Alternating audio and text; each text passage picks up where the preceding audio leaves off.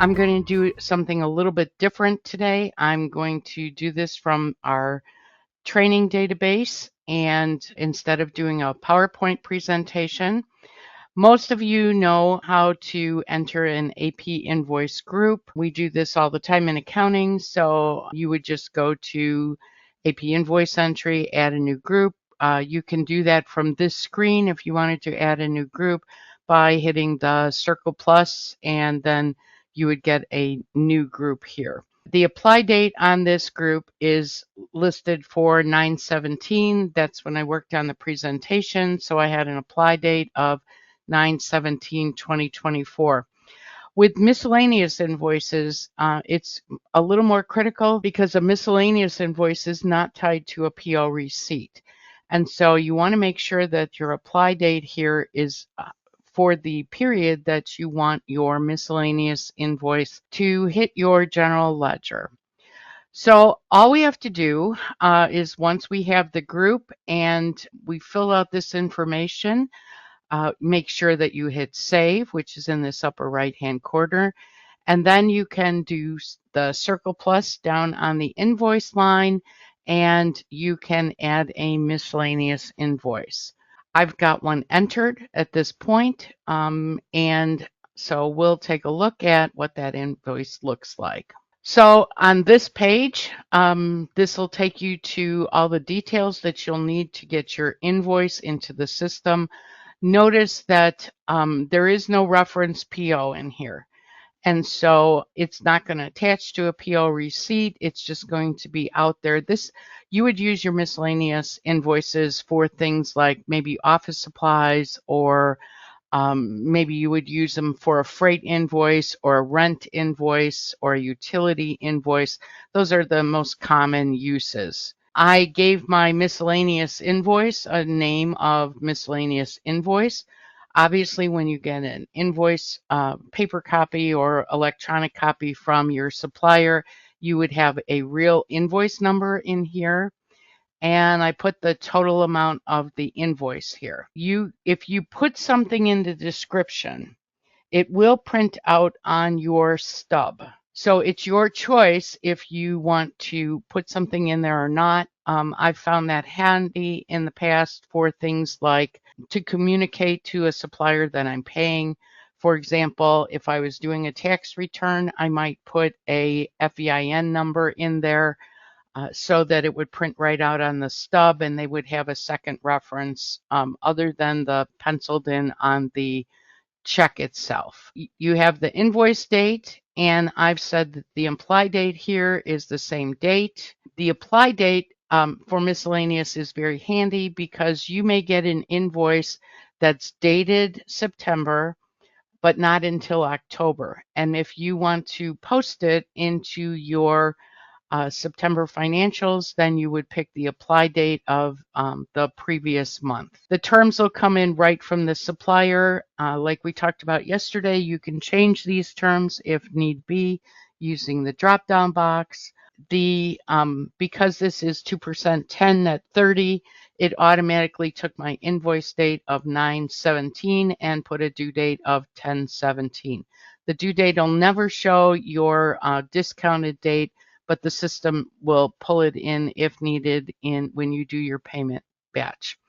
Central payment only happens if you have intercompany and multi-company and you have a central payment company. You can put an invoice in here and you can do two different things. You can hold the payment or you can hold the invoice. So let's say an invoice comes in and you want to at least record it that you've received it, but you don't want to actually post it to the system. You can click hold invoice and it'll keep that invoice from posting. It may stop your whole group from posting, but you can move this, transfer this to another batch if you need to. So this is a handy way to not post something, but be checking on it. Hold payments means exactly what it says. If you, let's say you post the invoice, but you're short on cash and you don't necessarily want to pay this particular invoice, you can hold the payment. If you do the hold payment on your accounts payable ledger, subledger, it'll show an asterisk that that payment is on hold. We want to pick our payment method, whether it's our AP check payment method. In this case, you can see we have several set up in the system. You can join us for the next Lunch and Learn, where we'll talk a little bit about the different kinds of payments in here. Most people don't use letter of credit, so we're going to skip that. And we can mark down that it's ready to calculate. So I added a bunch of stuff to this, and you can see the different things that I added to this invoice. The first is the line amount, then we have a header miscellaneous charge, and then we actually added tax. So once we get the header done and the amount of the invoice plugged in, now we have to start deciding where we want to put those charges. So in this case, I added a line with the circle plus, and what popped up was this miscellaneous billing line. Again, anytime you see the blue and the underscore, just drill down. So here's the line detail. Obviously, we have no PO stuff. We don't have anything from pulling in from the PO, so forget this whole first section. The receipt information, you've only got one box that you can do anything with, and that can be a purchase point. And if Office Depot has a purchase point listed on the supplier, you can populate that purchase point. Most of the time, you're not going to fill that in on a miscellaneous billing. So we saw on the first screen that we added a miscellaneous billing. We can still select a part. If you have non-nettable parts in your inventory, which means that they're not going to be included in your inventory costs, you can select a part if there's one in the system. Sometimes people use that for things like screws, nuts, bolts, stuff that they're not really inventorying, but they have it coming into an expense account. So you can pick a part number if you so choose.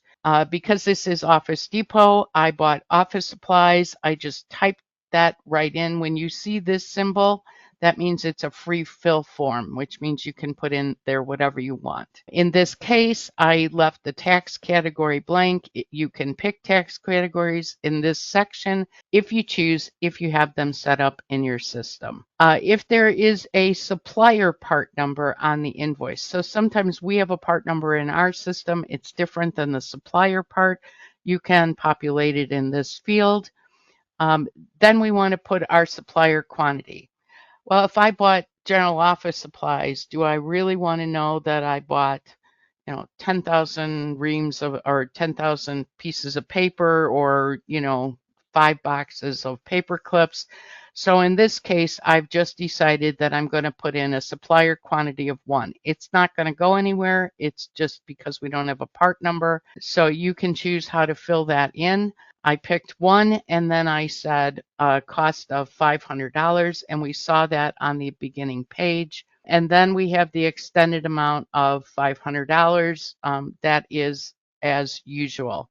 You also notice that it shows a final invoice when you're working with POs. This is a fairly new feature that's really being paid attention to in Kinetic.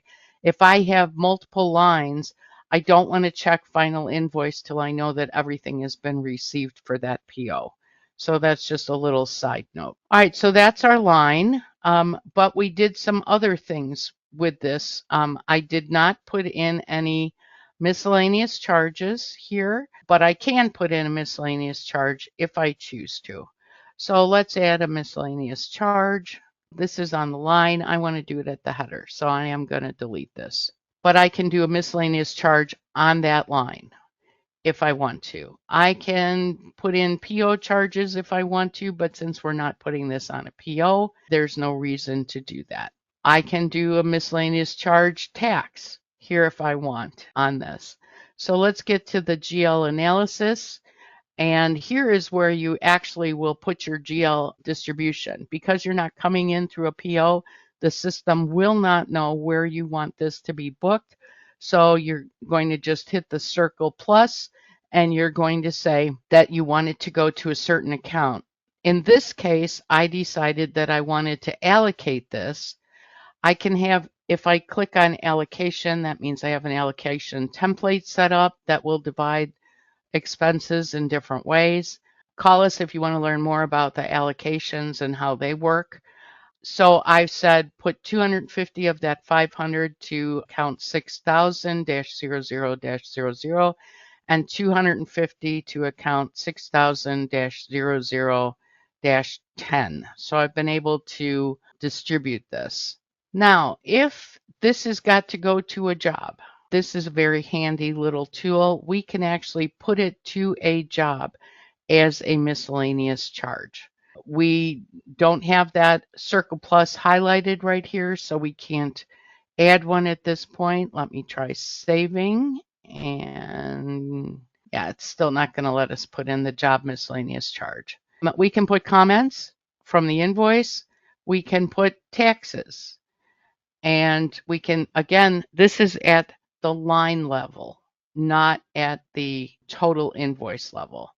If you're using the fixed asset system, you can do the amortization as a deferred expense, and you can phase this over a few months. A lot of people don't use this.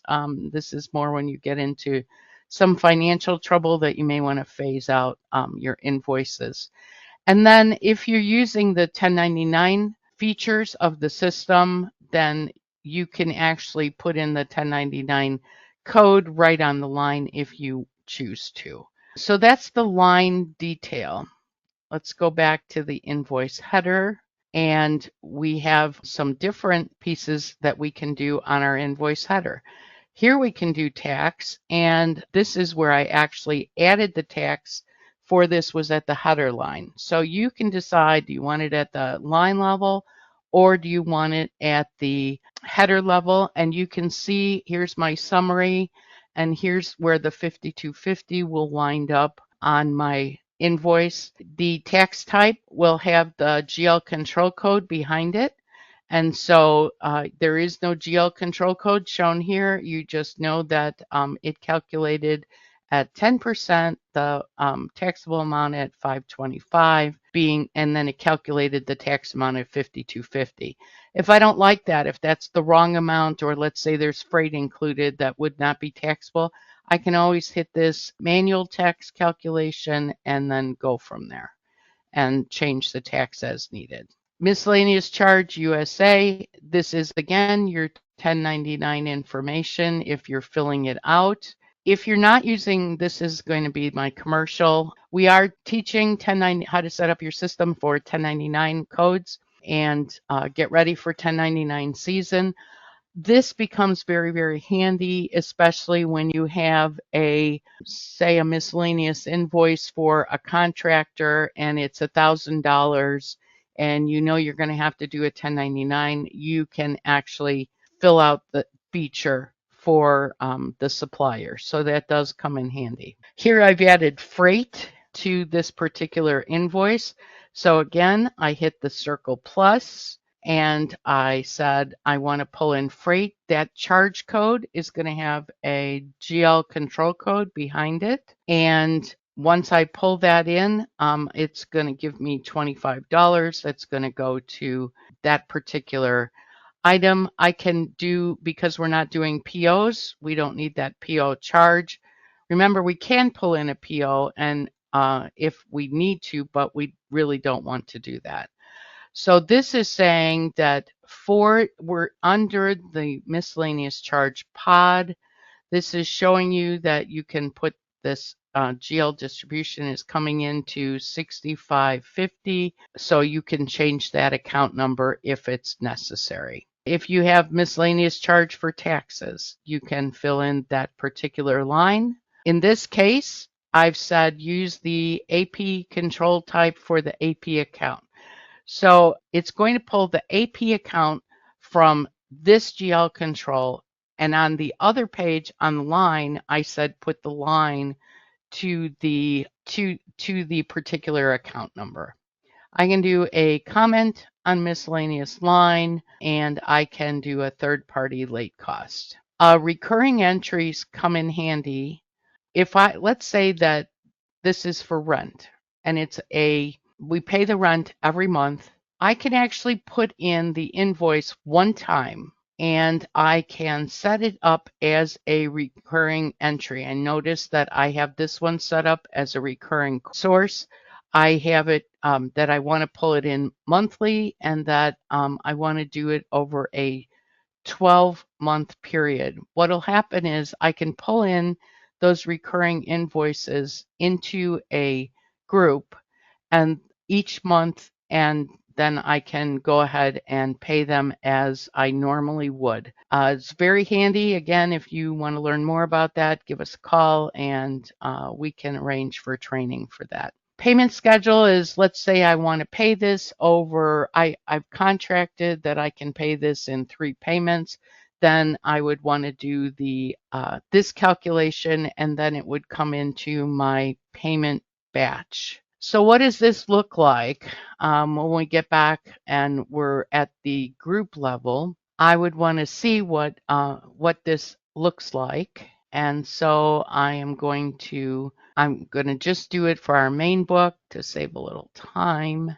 And I'm going to print preview so that I can see where my miscellaneous invoice is going to. And we'll give it a minute for the PDF to show up for me. And here's our Office Depot invoice so that we can check it to make sure everything looks good before we post it. We've got the same information as we do for any other invoice out of the system. You can, if this was a debit memo for some reason, it would show up as the debit memo here. It's got our account numbers here. So here's where we put our main one is going to, this one is for freight, for the freight charge. Then we've got this particular item for the 500, which we divided into these 2 accounts. And then we have the 5250, which was for our taxes.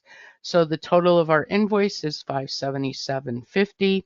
Here's our account distribution listed. So we've got our taxes going to an accrual account. We've got our purchases going to 2 separate departments, corporate and sales, and we've added our freight costs in. That's all there is to adding a miscellaneous invoice to the system. My cautionary tale is, make sure that whoever is doing accounts payable knows that they have to pull in PO receipts, because when the PO receipt is out there for regular, as we did in the 3-way match yesterday, if you don't clear that out, your received not invoiced will grow, seeing it on the received not invoiced report, because you have a PO receipt which booked the expense, and then you have a miscellaneous invoice which also booked the expense. And so you wind up with double costs in your ledger. If you are not reviewing this report on a regular basis, it's going to be an eye-opener for you. And we've in fact helped several of our customers fix this. It is a problem, so I'm going to just call it up for 2022 because I think that's where most of our samples are. So I'm going to do it from January 1st of 2021, and I'm going to go it through December 31st of 2022, and I'm going to hit print preview, and it'll take a minute or 2 for this report. There we go. And so what happens is when they receive something in on the at the shipping and receiving dock, and they put the packing slip in and attach it to the PO, that receipt will wind up being in this system. So let's say that Ageless Ovens, they've received this in and the payables clerk didn't see this packing slip, or the packing slip on the invoice came through and said 11202010. And so they said, well, we don't really have that packing slip. And, they must have just put in a thing, a number. The other thing I've seen is, the person who's ordering will go that the PO is actually, Danny's, right? So they put a PO name called Danny's. And so the clerk says, okay, we don't have any POs called Danny, and Danny's no longer with the company. And so they put it in as miscellaneous. So what would happen is when this receipt came in, the $2,600 would be booked to whatever account is attached to the part class, and she puts in another invoice for $2,600. If I don't clear this out, I've just double booked my expenses. And I've found out just through experience through working with a lot of our customers that they do not go back far enough to see that this may have been happening for years and years and years. So this is something that you want to pay attention to. I strongly encourage you to go out and take a look at your report, maybe from the beginning of time, just to see what's out there, and then consider how you want to clear out these entries. You can do it with the GRNI invoices in the system, make one big journal entry and reverse it, and you're done, and you can move forward.